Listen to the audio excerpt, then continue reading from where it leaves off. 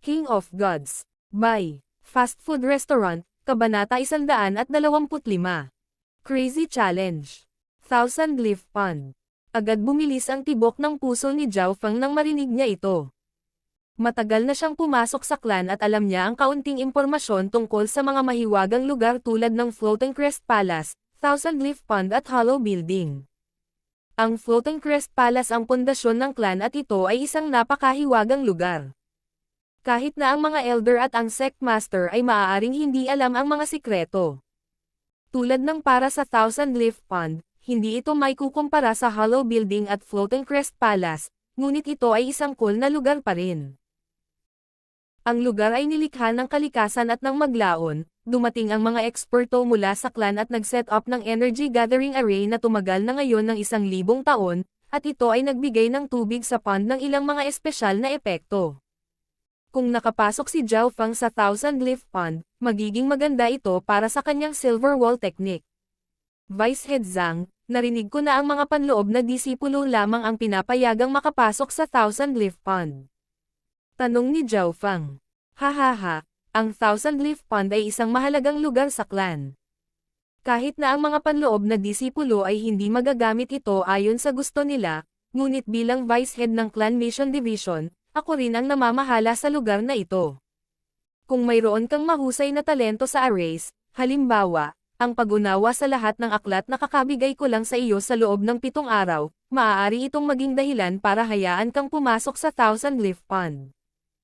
Paliwanag ng matandang Zhang habang nakangiti. Naunawaan kaagad ni Zhao Feng. Ayon sa mga patakaran, ang isang panlabas na alagad na tulad niya ay hindi papayagang pumasok sa Thousand Leaf Pond, kakaunti lamang ang mga tao ang may ganitong espesyal na pagtrato. Ngunit ang matandang lalaki na si Zhang ay isang vice head at kinokontrol niya ang lugar na ito, upang maipasok niya si Zhao Feng sa likod ng pinto. Malinaw, kinailangan ni Zhao Feng na magpakita ng matinding talento sa array setting para patunayan na siya ay may karapatang pumasok. Ang pag-iwan sa matandang Zhang, ang 7 libro ay lumitaw sa isip ni Zhao Feng.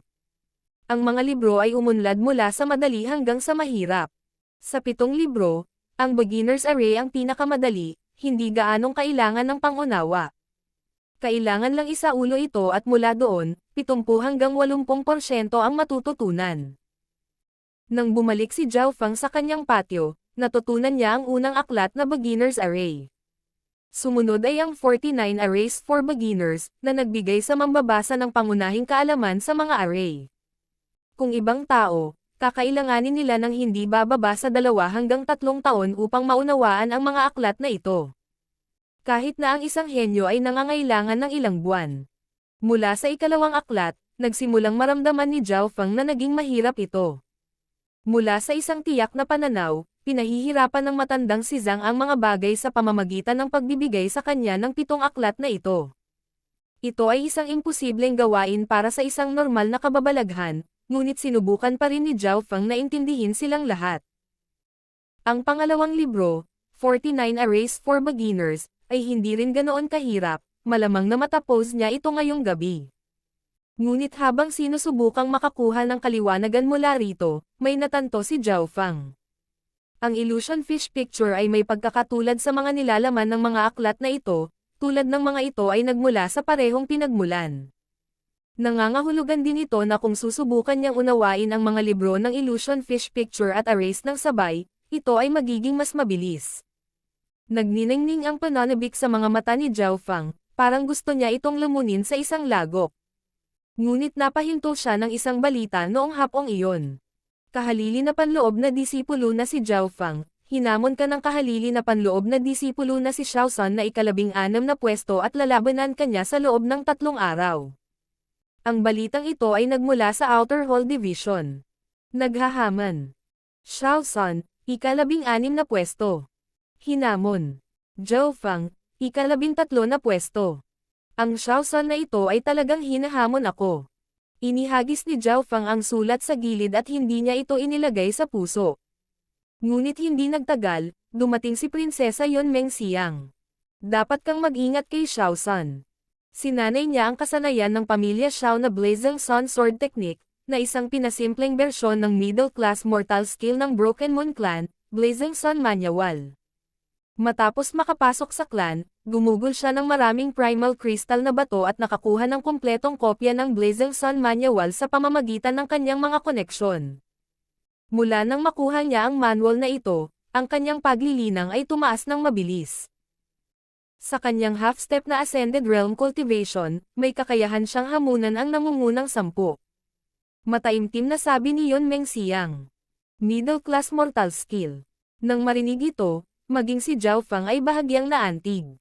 Ang mga mortal na kasanayan ay ang Holy Martial Arts sa mortal na mundo at sila ay nahati sa low, middle, high, at peak, at ang pagkakaiba sa pagitan ng bawat ranggo ay napakalaki, ito ang pagkakaiba sa pagitan ng mga ulap at putik.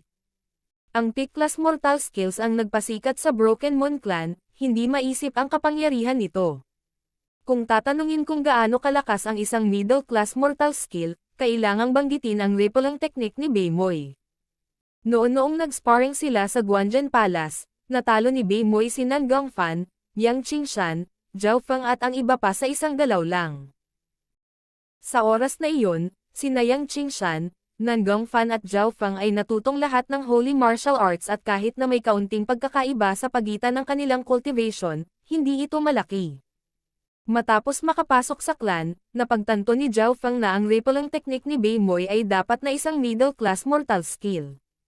At ngayon, ang kalaban ni Zhao Feng ay mayroon ding middle class mortal skill at umabot na sa kalahating hakbang sa Ascended Realm.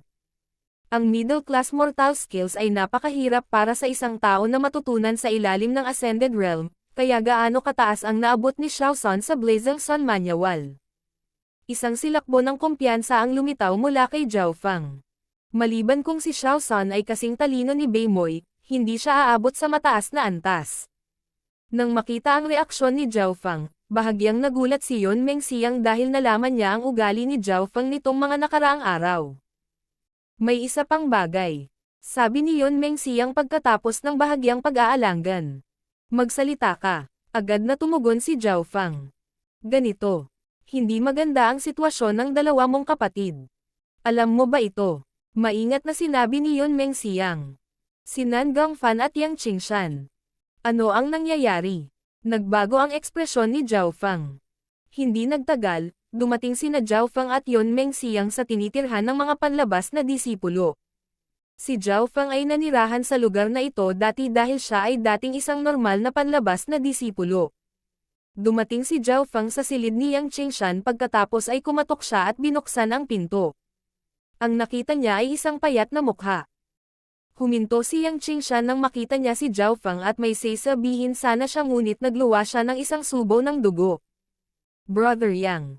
Agad na binigyan ni Zhao Feng si Yang Qingshan ng blood pill na natanggap niya sa Grasswood Division. Pagkatapos uminom ng tableta, medyo bumuti ang pakiramdam ni Yang Qingshan. Pagkatapos ay pumasok si Nan Gongfan sa katabi. Sa halip na masugatan sa loob tulad ni Yang Qingshan, si Nan Gongfan ay nakatanggap ng mga panlabas na pinsala. Pagkatapos ng kaunting pagtatanong, nalaman ni Zhao Feng na ang dalawa ay binubuli ng ilang kahalili na panloob na disipulo na pinamunuan sila ni Hao Yuan. Lalapit lang ang mga bastos na ito at sadyang guluhin tayo kapag wala silang gagawin. Sabi ni Nan Gongfan na may malamlam na ekspresyon. Hindi nagtagal, naunawaan ni Zhao Feng ang nangyari. Nang matalo niya si Ji Fengyan noong araw na iyon at napatatag ang kanyang lakas, nagsimulang magkaroon ng matatag na buhay ang dalawang ngunit hindi nagtagal ang magandang eksena.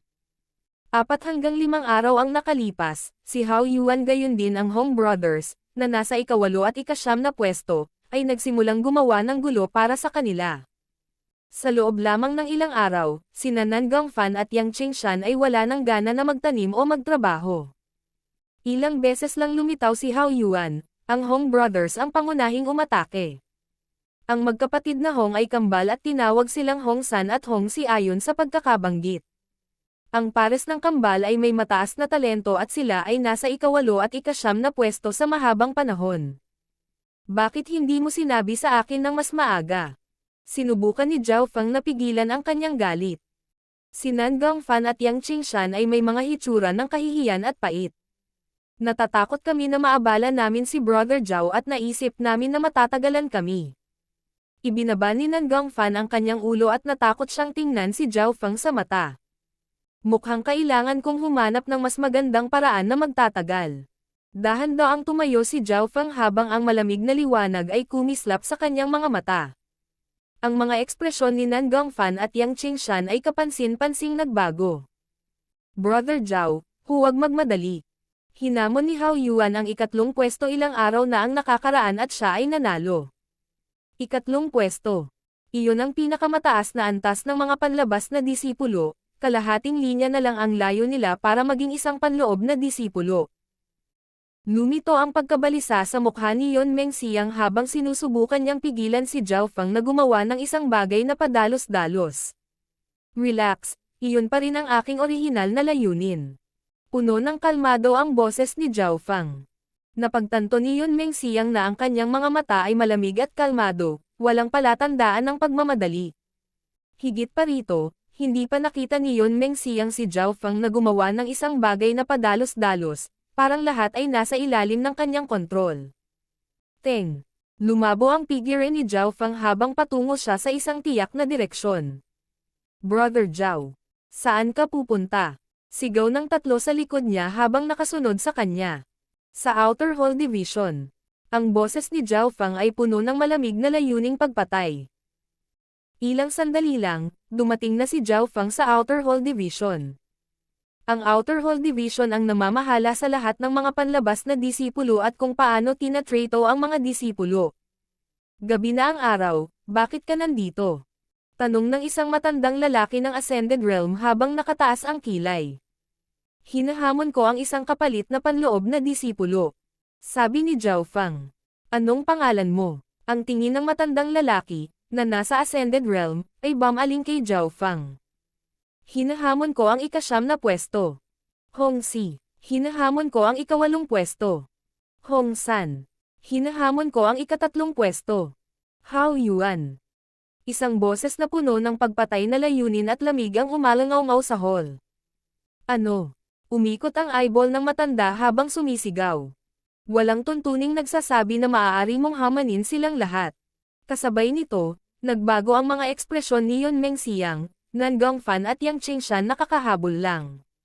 Ito ay nakakabaliw. Brother Zhao.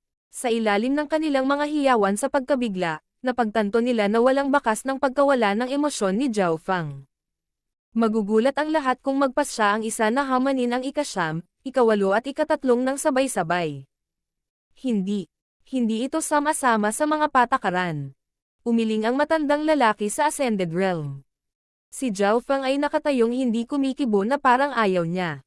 Gusto niyang hamanin ang 3 ng sabay-sabay dahil makakatipid ito ng oras. Ngunit kung hindi ito posible, ang tanging magagawa niya ay lumaban ng paisa-isa. Nang malapit nang sumuko si Zhao Feng, sumasang-ayon sa kanyang mga tuntunin. Isang mayabang na malamig na boses ang umalangaw-ngaw mula sa kailaliman ng hall na tila ito ay isang Diyos. King of Gods, Kabanata 126. Ang galit ni Shaosan. Sumasang-ayon sa kanyang mga tuntunin. Isang malamig na boses ang umalangaw-ngaw nang lumitaw ang isang malakas na pag-akyat ng enerhiya sa pag-iisip. Natahimik ang lahat sa loob ng ilang daang yarda na radius. Naramdaman ni Zhao Feng na pamilyar ang may-ari ng boses na ito at nakatingala. Ito ay isang nasa katanghaliang gulang na lalaki na nakadamit Asher, ang Vice Head na nakita niya noon. Vice Head. Ang puso ng matandang Ascended Realm ay nanginginig habang tinatango niya ang kanyang ulo. Pagbati Vice Head, malalampasan ko kaagad ang hamon ni Zhao Feng. Shua. Ang katanghaliang gulang na lalaki na nakadamit Asher ay sumulyap kay Zhao Feng pagkatapos ay nag-iwan ng after-image sa hangin habang siya ay nawala. Naunawaan ni Zhao Feng na ang Vice Heads ay may cultivation malapit sa True Spirit Realm at sila ay may mataas na awtoridad sa clan. Zhao Feng. Sa loob ng loob araw, haharapin mo ang ika-3, ika-8, at ika-9 na kahalili na mga panloob na disipulo. Bukod doon, haharapin mo rin ang hamon ni Shaosan. Nag-iba ang ekspresyon ng matanda habang patuloy ito sa pagsasalita. Nangangahulugan ito na si Zhao Feng ay lalaban ng 4 na laban ng sabay-sabay, kung saan 3 ay mas mataas ang pwesto kaysa sa kanya at isa mas mababa. Si Hao Yuan, na nasa ika-3 pwesto at isa sa pinakamalakas na panlabas na disipulo, ay naroroon din. Naiintindihan. Tumalikod si Zhao Feng at umalis, naiwan ang iba pa na natulala. Hindi alam ni Nan Gongfan at Yang Qingshan kung ano ang sasabihin, halatang nabigla sila sa nakakabaliw na galaw ni Zhao Feng. May nakasulat na sorpresa sa mukha ni Yun Mengxiang, matagal bago siya nakabawi. Teng. Nag-flash ang figure ni Zhao Feng at bumalik siya sa kanyang courtyard. Hahabulin sana siya ni Yang Qingshan, ngunit pinigilan siya ni Nan Gongfan. Sa loob ng 3 araw, si Brother Zhao ay magtutuon ng pansin sa pagpapalakas ng kanyang lakas. Mas mabuting huwag na natin siyang istorbohin. Walang nakapidyo kay Zhao Feng ngayon. Sa mismong gabing iyon, isang balita ang bumulaga sa buong panlabas ng mga alagad. May humamon sa 3 kahalili na panloob na disipulo ng sabay-sabay at lahat sa kanila ay nireranggo sa nangungunang 10 na ang pinakamahusay ay 3 pwesto. Halos lahat ng panlabas na disipulo ay nakarinig ng balitang ito at marami sa kanila ang dumating upang tanungin sina Yang Qingshan at Nan Gongfan. Labis na balisa at may pagkakasala ang dalawa dahil sa kanila nagsimula ang lahat ng ito. Maraming mga panlabas na alagad ang naghihintay para sa 3 araw na lumipas. Sa loob ng isang patio. Ang hamon sa loob ng 3 araw. Ako, si Xiao San ay matatalo ka ng husto kaya hindi ka na makakarating pa. Nakakuyom ang mga kamao ni Xiao San nang lumitaw mula sa kanya ang isang silakbo ng layunin sa laban. Naglakbay ang kanyang tingin sa 13 courtyard kung saan nakatira si Zhao Feng. Bilang 16 na pwesto, mayroon lamang 2 courtyard sa pagitan nila. Madilim na gabi, sa isang pavilion ay nakatayo ang 4 na figure. Ang isa sa kanila ay isang gwapong kabataan na nakasuot ng itim na guhit na kamiseta. Ibig sabihin, siya ay isang panloob na alagad. Brother Quan Chen. Magalang na sabi ni Hao Yuan. Tumayo si Quan Chen habang nasa likod ang kanyang mga kamay habang may malamig na ngiti. Mukhang minaliit ko ang lakas ng loob ni Zhao Feng. Ang nang loob niyang subukang sumalungat at lumaban sa akin. Brother Quan Chen, okay lang. Hindi niya ako matatalo. Dahan-daang sabi ni Hao Yuan. Hahaha. Ang brat na iyon ay sasabak sa 4 na laban sa araw na iyon at kailangan muna niyang talunin si Xiao San, nagagastos sa kanya ng maraming enerhiya. Pagkatapos makipagkita sa amin, mawawalan siya ng patong ng balat kapag hindi siya namatay. Nagtiwala ang magkapatid na Hong. Tumanggaw si Quan Chen habang sinusuri niya si Hao Yuan at ang magkapatid na Hong. Si Zhao Feng ay parang itlog na sumusubok na basagin ang isang bato, ngunit mayroon ding kain na hinalang punto. Bakit hahamunin ni Zhao Feng ang 3 kung haharapin din niya si Xiao San? Ang 4 na laban ay natipon lahat sa isang araw. Si Zhao Feng ba ay isang baliw? Ano ang silbi ng ginagawa niya ito? Ang pag-iisip na ito ay nag-flash sa kanilang mga puso pagkatapos ay lumipas. Dahil napagpasyahan na nila na matatalo si Zhao Feng, bakit mahalaga ang proseso? Lumipas ang oras at matatapos na ang 3 araw. Nitong mga nakaraang araw, walang dumating para mang-istorbo kay Zhao Feng at ang huli ay nanatili lamang sa kanyang silid at hindi siya lumalabas. Ang lahat ay sigurado na si Zhao Feng ay kukuha ng bawat segundo upang linangin at patalasin ang kanyang sarili. Ngunit sa totoo lang, ginugol ni Zhao Feng ang halos lahat ng kanyang oras sa pag-unawa sa Illusion Fish Picture at sa Array Books. Gusto ni Zhao Feng na matutunan ang 7 libro, para makapasok siya sa Thousand Leaf Pond at mapabuti ang kanyang katawan. Upang makapasok sa Ascended Realm kasama ang kanyang katawan. Ito ang kasalukuyang layunin ni Zhao Feng. Para dito, kinain niya ang isa sa Marrow Cleansing Pills na pinino niya. Ang Marrow Cleansing Pill ay napakabisa para sa mga nasa ilalim ng Ascended Realm at maaari nitong mapataas ang mga katangian ng isang tao. Pero dahil ito ang pangalawang beses na umiinom siya, kalahati lang ang epekto nung una. Gayunpaman, dahil sa kanyang misteryosong kaliwang mata, maaari siyang sumipsip ng mas maraming enerhiya at kahit na ang enerhiya na kinuha ay kalahati lamang ng dati, hindi ito mas masahol kaysa sa sinumang kumuha nito sa unang pagkakataon. Pagkatapos niyang kainin ang Marrow Cleansing Pill, inilipat ni Zhao Feng ang Silver Wall Technique at Returning Breath Technique at naramdaman niyang lumakas ang kanyang katawan at mga organo. Ang pagtaas ng kanyang mga katangian ay nagpapataas ng pundasyon ni Zhao Feng para sa Silver Wall Technique. Pakiramdam niya ay mas siksik at mas malakas ang kanyang panloob na lakas kaysa dati. Sa ikatlong araw, natitiyak ni Zhao Feng na ang kanyang returning breath technique ay umabot na sa pinakamataas na antas at ang dami at kalidad ng kanyang panloob na lakas ay nalampasan kung ano ito. Nangangahulugan ito na ang kanyang returning breath technique ay umabot na sa pinakamataas na antas at nalampasan pa ito ng kaunti, kaya't ang kanyang panloob na lakas ay hindi bababa sa katumbas ng isang normal na cultivator ng half-step na Ascended Realm. Ang tanging pinagsisisihan ay hindi gaanong umangat ang Silver Wall technique. Mayroon pa ring distansya sa mga huling yugto ng ika-9 na antas, ngunit naunawaan ni Zhao Feng na dahil tumaas ang kanyang mga katangian, ang tagumpay sa pagpapalakas ng katawan ay magiging mas madali. Sa makatuwid, ang pinakamataas na ika-9 na antas ng Silver Wall technique ay walang pagtutol, ang kailangan lang niya ay 10 araw lamang. Para naman sa huling Marrow Cleansing Pill, nagpasya si Zhao Feng na ibenta ito at ibalik ang ilang primal crystal na bato. Gumamit siya ng 5 substandard na primal na kristal na bato upang bilhin ang mga materyales na kailangan sa paggawa ng 2 Marrow Cleansing Pills at bawat tableta ay maaaring magbenta ng 5 primal crystal stones. Sa susunod na umaga, lumabas si Zhao Feng sa kanyang patio at lumanghap ng sariwang hangin habang siya ay humikab.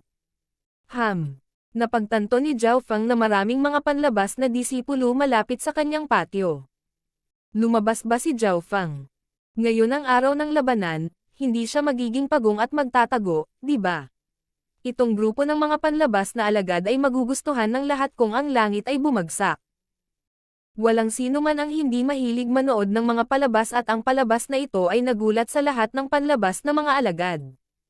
Bilang manggugulo, si Zhao Feng ang pinagtutuunan ng pansin ng lahat. Nitong mga nakaraang araw, sumikat ang pangalan niya. Brother Zhao. Mabilis na lumapit sina Nan Gongfan at Yang Qingshan. Sa simula, nagalit sina Yang Qingshan at Nan Gongfan na masyadong padalos-dalos si Zhao Feng.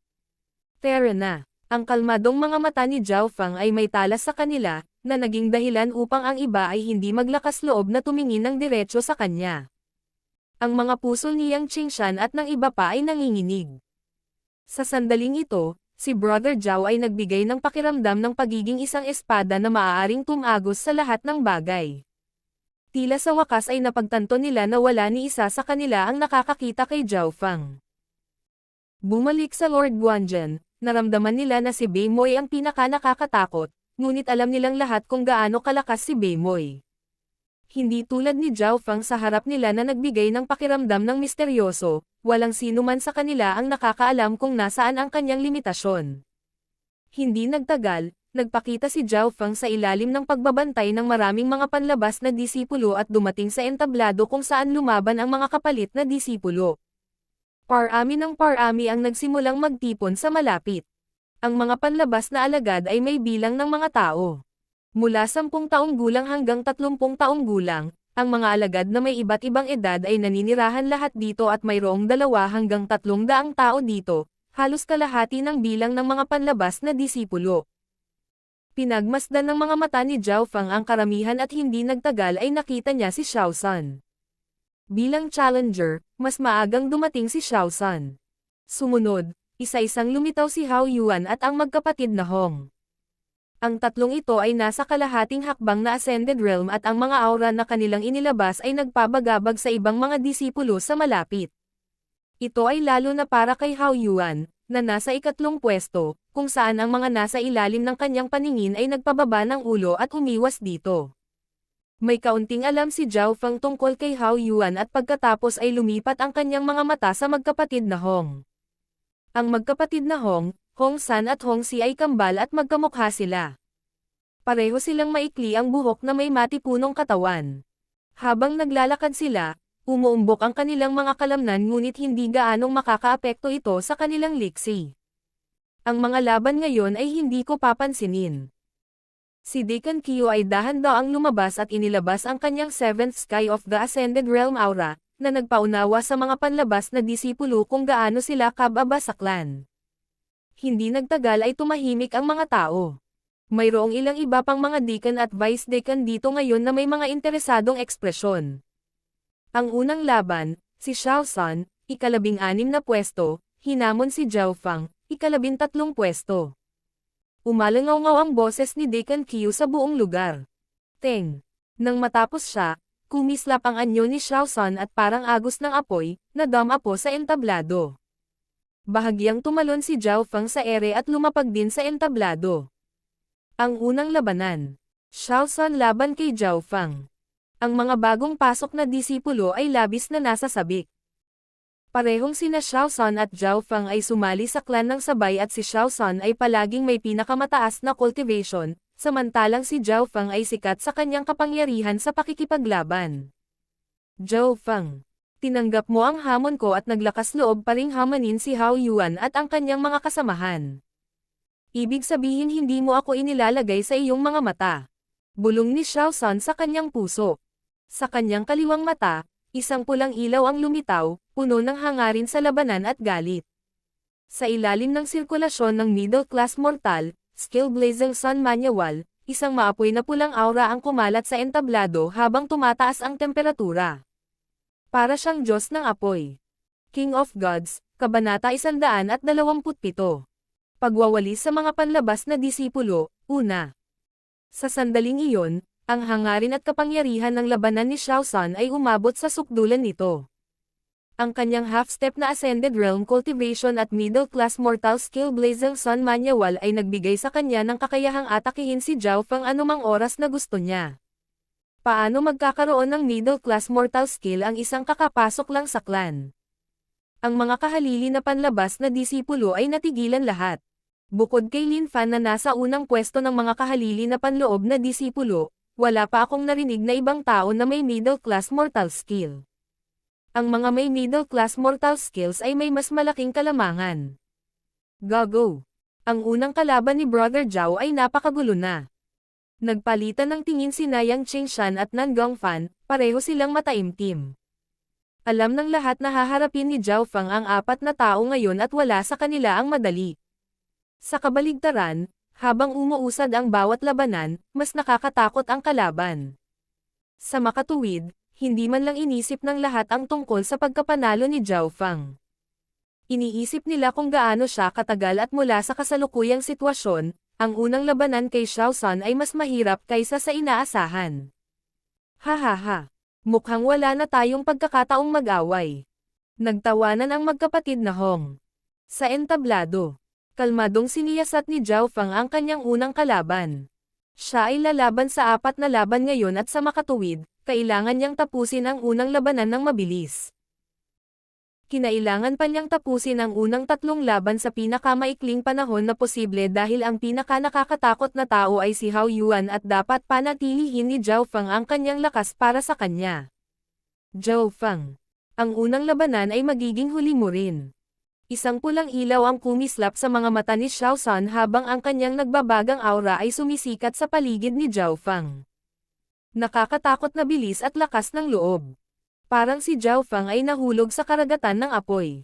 Bago pa man siya makagalaw, na-condensed na ng kanyang kalaban ang kanyang panloob na lakas at umatake. Boom! Ang maliwanag na pulang kamao ay parang bulalakaw na malakas na tumulak kay Zhao Feng. Flowing Wind Stance. Smoking Transparent Step. Ang figure ni Zhao Feng ay lumabo at nawala. Pagkatapos ay tulad ng isang isda, nagsimula siyang lumihis sa mga pag-atake ni Xiaosan. Dahil sa pulang ilaw at kumikislap na figure, hindi na makakita ng maayos ang mga tao sa ibaba. Nakikita nila ang mga pag-atake ni Xiaosu, ngunit hindi ang figure ni Zhao Feng.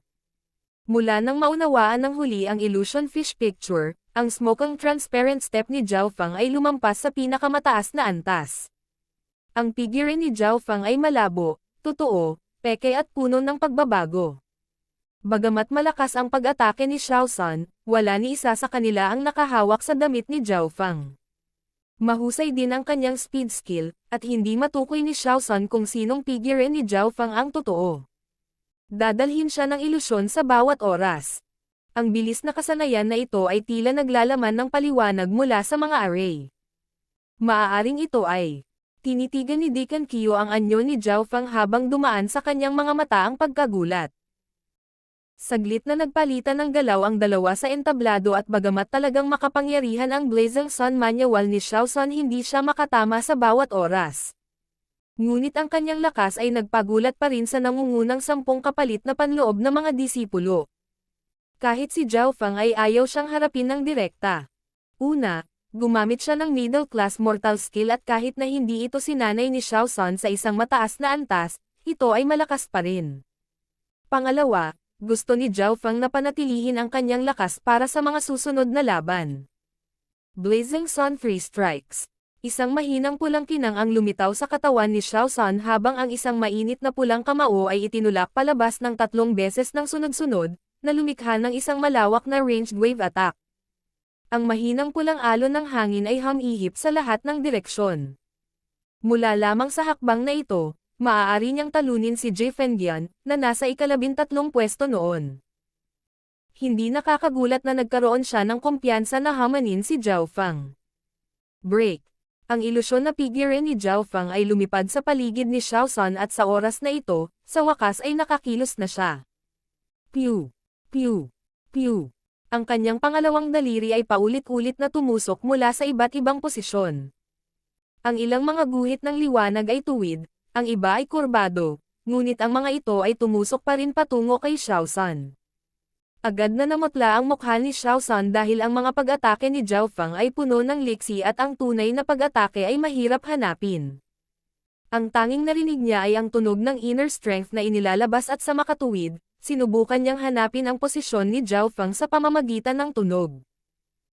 Ngunit pagkatapos ng Starfinger ay sumanib sa mga paliwanag na nakuha mula sa Illusion Fish Picture, ito ay halos isang ganap na bagong kasanayan. Ang pinsala ay mas malaki at puno ng liksi at ilusyon.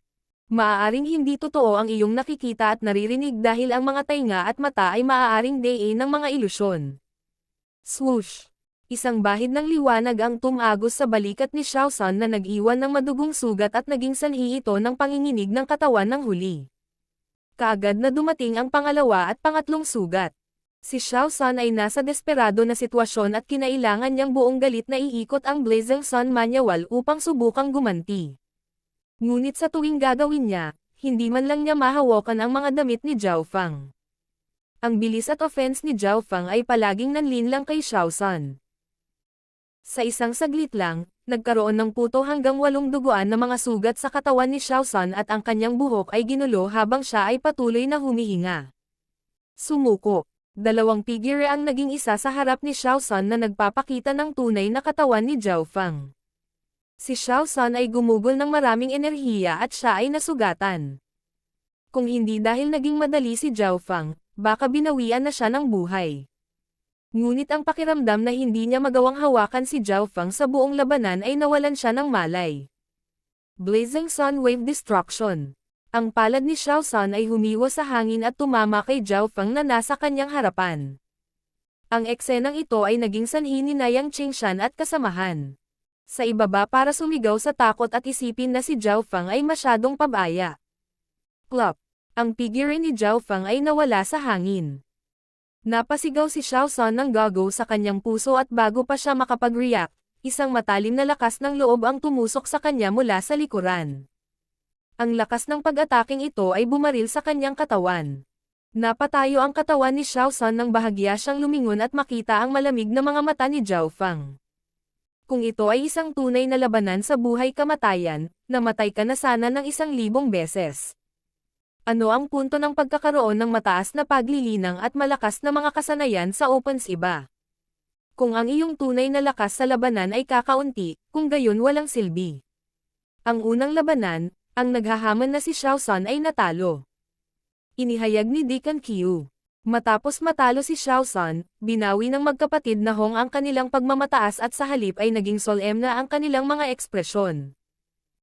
Mula sa laban noon, ang lakas ni Xiao Sun ay maaaring may ranggo sa nangungunang 10 at ang isang elite na tulad niya ay pinaglaruan lang ni Zhao Feng. Maaaring isipin na ang lakas ni Zhao Feng ay mas malakas lamang kaysa sa kanila at hindi mas mahina. Ang ikalawang labanan.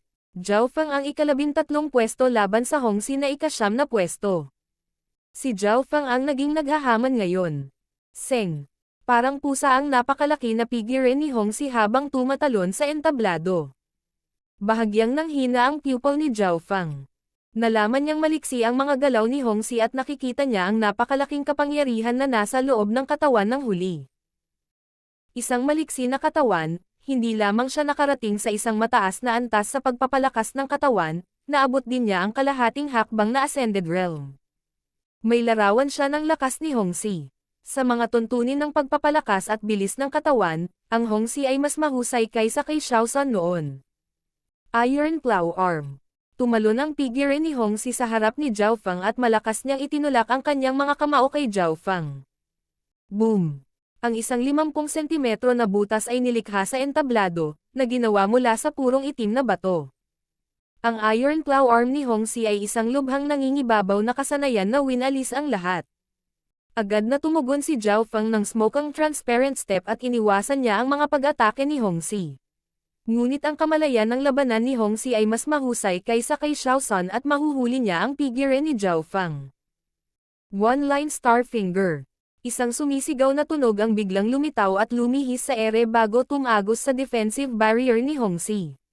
Swoosh! May dugong marka ang naiwan sa binti ni Hongxi habang umuungal ang huli sa sakit. Ang dahilan kung bakit naging matagumpay si Zhao Fang ay dahil nahuli niya ang maliit na depekto ni Hongxi sa kanyang kaliwang mata. Si Hongxi mismo ay hindi alam kung ano ang nangyari noon. Matapos masugatan sa binti, bumagal ang takbo ni Hongxi at hindi nagtagal ay muli siyang nataman ng Star Finger ni Zhao Fang. Hanggang 10 madugong galos lamang ang lumipas ay pinaalis siya ng entablado ni Zhao Fang. Plop! Dumapo si Hongxi sa kanyang mukha at nagngangalit ang kanyang mga ngipin sa puot. Kung hindi lang siya nasugatan sa binti simula pa lang, na nagpabagal sa paggalaw niya, hindi siya matatalo ng ganoon kabilis. Hongsan. Medyo kakaiba ang taong ito, mag-ingat ka. Sinabi ni Hongxi kay Hongsan na paakyat na sana sa nangyari. Higit sa kanya ang lakas ng kuya niya at mas kalmado siya. Hongsan. Hindi mo kailangang talunin ang brat na ito. Ang kailangan mo lang gawin ay mag-aksaya ng kaunting oras sa kanya at gamitin siya ng mas maraming enerhiya. Isang boses ang tumunog sa kanyang tainga. Tumanggaw si Hongsan matapos marinig ito at dahan-dahan at tuloy-tuloy siyang naglakad sa stage. Hindi mapigilan ni Zhao Fang na suriing mabuti ang kanyang ikatlong kalaban. Mas malalim ang aura ni Hongsan kaysa sa kanyang mga kapatid. Iron Eagle God Claw. Ang bilis ng kasanayan ni Hongsan ay maaaring umatras at umabant at siya ay lubhang maliksi. Matalas at kasing bilis ng kidlat ang kanyang atake.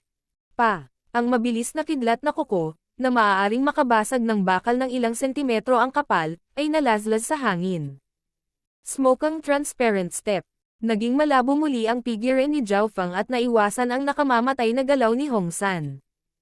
Ang dalawang figure ay sumunod na nagsimulang magpalitan ng kanilang mga galaw. Nalaman ni Zhao Fang na hindi nagmamadaling umatake si Hongsan, ang huli ay laging nakatutok at hindi niya minamaliit ang kanyang kalaban. Matalim ang mga mata ni Hongsan habang malamig na nakatingin kay Zhao Fang. Brat na may apelyidong Zhao, inaamin ko na mas malakas ka kaysa sa akin, ngunit hindi mo ako madaling talunin. Ang kanyang layunin ay sayangin lamang ang enerhiya ni Zhao Fang, wala nang iba pa. King of Gods, Kabanata 128. Pagwawalis sa mga panlabas na disipulo, ikalawa. Medyo nahirapan si Zhao Fang nang kaharap ang Hongsan at kahit na mas malakas ang Hongsan kaysa kina Hongxi at Xiaosan, hindi ito ang pangunahing dahilan. Dahil iyon sa ugali ng kanyang kalaban. Una, inamin niya na hindi siya kasing lakas ni Zhao Fang. Nangangahulugan ito na hindi niya mababawasan ang tingin sa kanyang kalaban.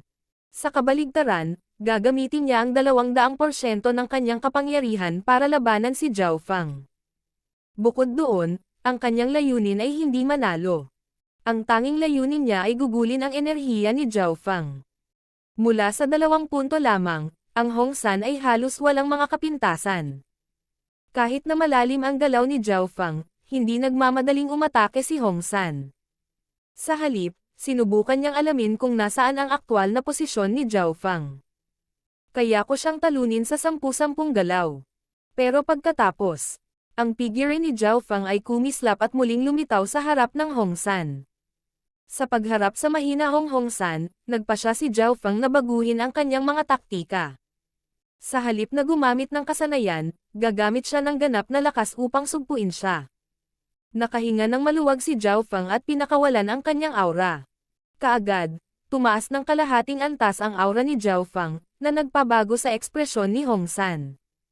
Nanghina ang mag-aaral ni Hao Yuan habang nakatingin sa ibaba.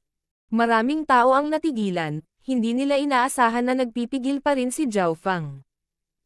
Nangangahulugan ito na habang nakikipaglaban kay Xiao San at Hong Si, si Zhao Feng ay hindi gumugol ng maraming enerhiya. Imposible. Ang dami ng enerhiyang maiimbak niya ay higit pa sa akin. Tinitigan ni Xiao San si Zhao Feng, na lumalakas sa bawat sandali, na may maputlang mukha. One-line Star Finger. Ginamit ni Zhao Feng ang kanyang pinakamataas na antas na Star Finger at kahit na hindi niya pinagsama ang 4 na wind stand sa pagkakataong ito, ang lakas ay nagulat pa rin sa mga tao. Boom! Boom! Boom! Ang sunod-sunod na bahid ng Asher na liwanag ay dumaan patungo sa Hong San na parang isang kawan ng mga ibon. Maputlang puti ang mukha ni Hong San habang ipinapaikot niya ang kanyang kalahating hakbang na Ascended Rim na panloob na lakas at inilatag ang isang defensive barrier palabas. Limitless Mountain. Iniunat ni Hong San ang kanyang mga braso at ang kanyang aura ay naging kasing stable at kasing lalim ng Mount Tai habang sumasalubong ito sa mga pag-atake ni Zhao Feng. Pang! Isang pagsabog ang tumunog sa pagitan ng dalawa habang lumilipad ang mga bato at alikabok. Sa hitsura nito, ito ay isang labanan ng inner strength. Ngunit pagkaraan ng ilang segundo, umungol si Hong San at napaatras. Habang ginagamit ang kanyang buong lakas, may lumitaw na kapintasan at sinamantala ito ni Zhao Feng. Isang ngiti ang lumitaw sa mga labi ni Zhao Feng, hindi siya naniniwala na ang kalaban ay magiging walang kamali-mali kapag ginamit ang kanilang buong lakas. Kapag ang mga taktika ay hindi gumana, ang napakalakas na lakas ay maaaring ang pinakamahusay na paraan at pilit na ginawa ni Zhao Feng na magkamali ang kalaban.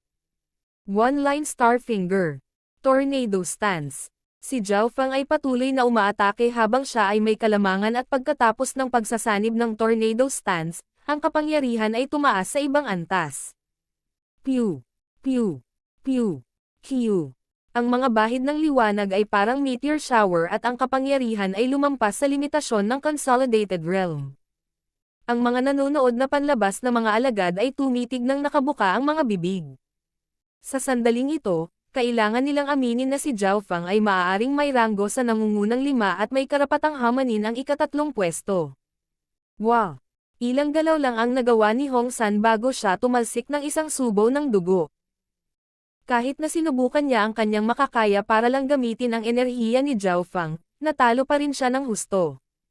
Ayon sa kanyang orihinal na plano, mag-aaksaya siya ng oras at sasayangin ang enerhiya ni Zhao Feng. Ngunit hindi niya inaasahan na gagamitin ng huli ang isa sa pinakamagagandang galaw niya at matalo siya sa ganoong kaikling panahon. Sinubukan kong gawin ang makakaya ko. Walang magawang tumingin si Hong San kay Hao Yuan. Kalmado pa rin ang ekspresyon ni Hao Yuan. Napilitan mo na si Zhao Feng na gamitin ang lahat ng kanyang lakas, kaya dapat ay gumugol siya ng kaunting lakas. Nabaliw ang mga manunood nang manalo si Zhao Feng sa kanyang ikatlong laban. Bago ang araw na ito, wala ni isa sa kanila ang mag-aakalang kayang-kaya ni Zhao Feng na pandalagan ang 3 kalaban ng napakabilis at mahusay. Mula sa kasalukuyang sitwasyon, tila medyo madaling nanalo si Zhao Feng sa kanyang mga laban. Walang matinding labanan. Matapos talunin ang Hong San, pinalitan ni Zhao Feng ang kanyang ranggo. Ang ika-4 na hamon. Zhao Feng ang ika-8 ranggo kumpara sa Hao Yuan na nasa ika-3. Bumalandra ang mga inaasahan sa mga mata ni Deacon Qiu. Matapos manalo ng 3 sunod-sunod na laban, magagawa pa rin ba ni Zhao Feng na manalo sa huli? Alam ng lahat na si Hao Yuan ang pinakamalaking kalaban ni Zhao Feng ngayon. Bilang ika-3 ranggo, si Hao Yuan ay isa sa mga pinuno ng mga panlabas na disipulo at hinamon pa niya ang mga cultivator na nakarating sa Ascended Realm. Mula sa isang tiyak na punto ng tanawin, ang lakas ni Hao Yuan ay lumampas sa Consolidated Realm. Zhao Feng, hindi ka na magkakaroon ng pagkakataong harapin ako. Ang malaki at maskuladong figure ni Hao Yuan ay yumanig sa entablado. May mga bitek na parang sapot ng gagamba sa matigas na purong itim na bato. Sa pagbaba pa lang sa entablado, ipinakita na ni Hao Yuan kung gaano siya kalakas. Swoosh! Ang mga damit ni Hao Yuan ay itinapon, na inihayag ang kanyang katawan. Ang aura na inilabas niya ay maaaring takutin ang pinakamataas na antas na nakamamatay na hayop. Ang mga panlabas na alagad ay huminga ng malamig at bumungad sa kanilang mga mata ang pagkagulat. Aura na malapit sa isang Lord Tier na nakamamatay na hayop. Bumilis ang tibok ng puso ni Zhao Feng. Kumpara sa kalahating buwan na nakalipas, ang lakas ni Hao Yuan ay tumaas. Hindi nakakagulat na nagawa niyang palitan ang orihinal na ikatatlong pwesto. Nakita ng kaliwang mata ni Zhao Feng na ang katawan ni Hao Yuan ay halos umabot na sa Ascended Realm. Kapwa sila ni Hao Yuan ay nakatutok sa pagpapalakas ng katawan at iisa ang kanilang layunin. Ang makapasok sa Ascended Realm kasama ang kanilang mga katawan. Ngunit kung ikukumpara ang dalawa, si Hao Yuan ay mas malapit kay Zhao Feng. Pagkatapos ng lahat, si Hao Yuan ay nakapasok sa clan noon pa man at nagsanay ng mahabang panahon. Kung makakalakad pa siya ng kalahating hakbang, siya ang magiging unang panlabas na disipulo na pumasok sa Ascended Realm kasama ang kanyang katawan sa nakalipas na daang taon. Seng! Nilapitan ni Hao Yuan si Zhao Feng ng hakbang-hakbang. Small Golden Metal Fist. Tila lumawak ang kamao ni Hao Yuan habang natatakpan ito ng isang patong ng ginto. Bahagyang yumigting ang kaliwang mata ni Zhao Feng habang naging solemn na ang kanyang ekspresyon. Boom! Sa sandaling nailabas ang kamao, lumitaw ang katawan at kamao ni Hao Yuan sa harap ni Zhao Feng. Ang sumasabog na enerhiya at bilis ng Hao Yuan ay madaling nalampasan ang magkapatid na Hong. Ang mga nanonood na panlabas na mga alagad ay tumitig sa gulat. Ang kamao ni Hao Yuan ay maaaring agad na pumatay ng sinumang cultivator sa ikasyam na ranggo ng Consolidated Realm. Silver Wall Mountain Opening. Sa paglipas ng panahon, sumabog din ang lakas ni Zhao Feng. Nagsalpukan ang dalawang kamao, puno ng ligaw at kapangyarihan. Walang taktika o kasanayan ang kasangkot sa lahat. Ang lahat ng mga panlabas na alagad ay nakarinig lang ng pagsabog bago may nanginig ang mga tainga at nawalan sila ng pandinig. Teng. Sina Zhao Feng at Hao Yuan ay parehong umatras at nag-iwan ng mga bitek sa lupa. Si Zhao Feng ay umatras ng 9 na hakbang bago niya pinatatag ang kanyang katawan, habang si Hao Yuan ay nakagawa lamang ng 8 hakbang. Bahagyang napangunahan ni Hao Yuan, ngunit ang eksenang ito ay nagulat sa mga panlabas na disipulo sa ibaba. Si Zhao Feng ay hindi nadurog ni Hao Yuan, kahit na sila ay nakikipaglaban ng direkta. Ang taong iyon ay nakatuon din sa pagpapalakas ng katawan at nagagawa niyang kontrahin si Hao Yuan. Sumiklab ang usapan sa malapit. Ito ay isang bagay na hindi inaasahan ng sinuman. Ang pinakanagulat na tao ay si Hao Yuan mismo, malinaw na alam niya kung gaano kahirap palakasin ang katawan ng isang tao.